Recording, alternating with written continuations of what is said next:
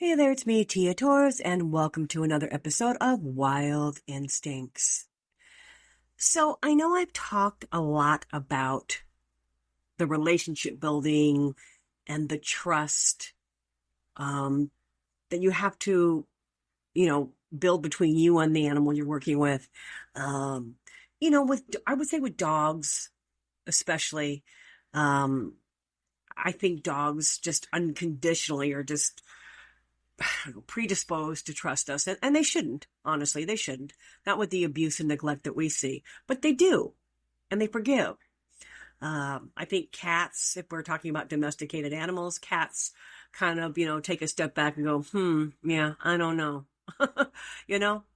But with the exotic animals, they're not supposed to even really know who we are. Not in the sense of their ancestors. These were once wild animals type thing. But these particular exotic animals were raised with humans. That being said, they are still what they are, and they do not think like a dog. Okay. Yes, we had some of them who, for all intents and purposes, acted like a dog. But there's always that thing in the back of your mind that go, yeah, he could kill me really easily. Okay. So you do have to have a bond, but you just, and some people, in my opinion, become a little naive thinking, oh, they'll never hurt me. And I'm like, well, I'm going to make sure I keep, maybe one foot will be on the banana peel, but the other one's going to be pointing in the direction of my run. That being said, again, we were working with these animals, at times out in the jungle, like off leash.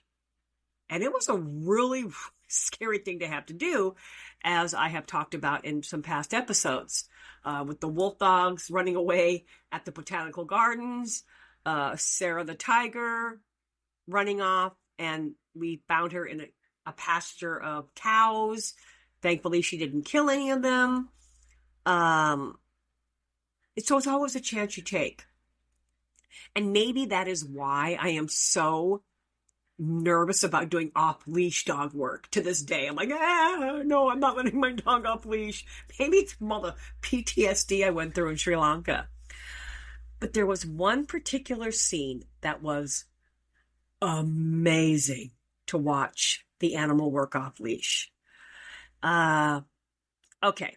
So this particular Jungle Book movie, and there have been several made, but the producers, the director, everybody agreed that they wanted this Jungle Book to be straight out of the book, as in the real book. They didn't want any fluff. There was not going to be any talking animals.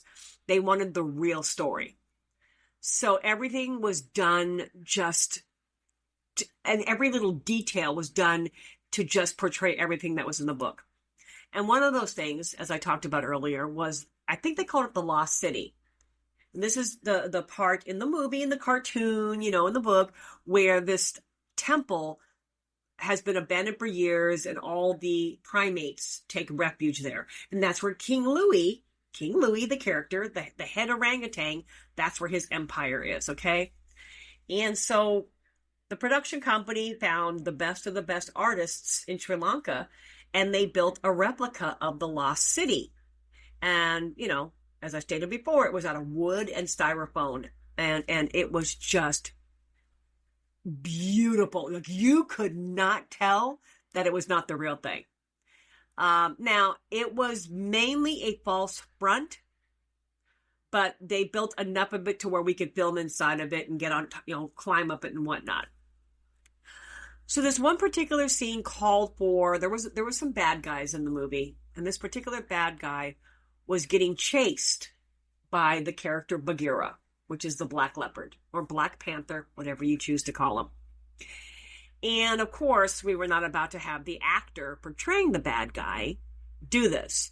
So Chris stepped in as like the stuntman / animal handler. So to prep, I believe they use Shadow. I don't think they use Satchmo. I think we use Shadow for this scene because Shadow, I'll tell you, if a black leopard could be a dog, it would be Shadow. He was so dog-like. What a sweet animal. So in order to prep Shadow, it was done very methodically and in steps. So the first thing was getting him used to being on top of the actual structure of the lost city, getting him comfortable up there, walking along the where the turrets, is that what they call them, turrets, the big like towers, having him jump from wall to wall, because this was going to be his path. So Chris spent several days getting Shadow used to being up on top of all these walls. I mean, he's a cat. They love to jump. They love to climb. Then it was getting him used to the pattern of where he was going to be running at a faster pace. So then Chris, on leash with Shadow, ran the path. And this wasn't done like all day long. This is not how this works. It was done in little 15, 20-minute intervals several times a day. And you have to remember, it was really hot out. So we couldn't do it in the heat of the day. We had to do it early in the morning and then come back later on as it got darker. Once Shadow appeared to know the pattern, and that's what they called it, you were teaching him the pattern, then it was to incorporate food rewards so that he would run off leash. So with the big cats, and with most of the big animals, they would use either a feeding stick or they would take a frying pan and duct tape it to like a broomstick. When we reward a dog with a treat, for those of you that have never had to reward a dog that had a little bit of what they call a hard mouth, and they take half your hand off. Ouch. Okay. Try to have that happen with a leopard, okay? It's more than ouch, okay? You lose your fingers. And they don't mean it. They don't mean it, okay? So they used big chunks of meat, chunks of chicken, chunks of meat as his reward. And instead of using their hands, they would put the reward in the frying pan, hold it out with the broomstick. That way they can reward him from a distance. So Chris and the other trainer, I believe it was Nicole, worked with him on this particular top of the wall. It was like way up top high and jumping from wall to wall. It was actually pretty dangerous. More dangerous for Chris because he was going to be the stuntman. If Shadow fell, he would have landed on his feet. Chris would have got hurt.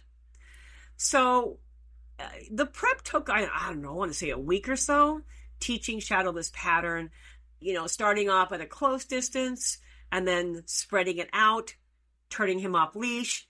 He ran to the frying pan. Now, we also incorporated a beeper, aka a clicker, for dog training people, a little beeper. So when he would come get his meat, it was like beep, beep, beep. So he associated the beep, beep, beep with the meat. Once Chris was able to work on the distance and Shadow would go from A to B, just running to Chris, it was then time to incorporate the action of Shadow appearing to chase Chris, aka the bad guy.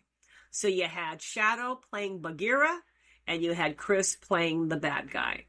So it came time for rolling the cameras. They did Chris up in costume, makeup to make him look like the guy.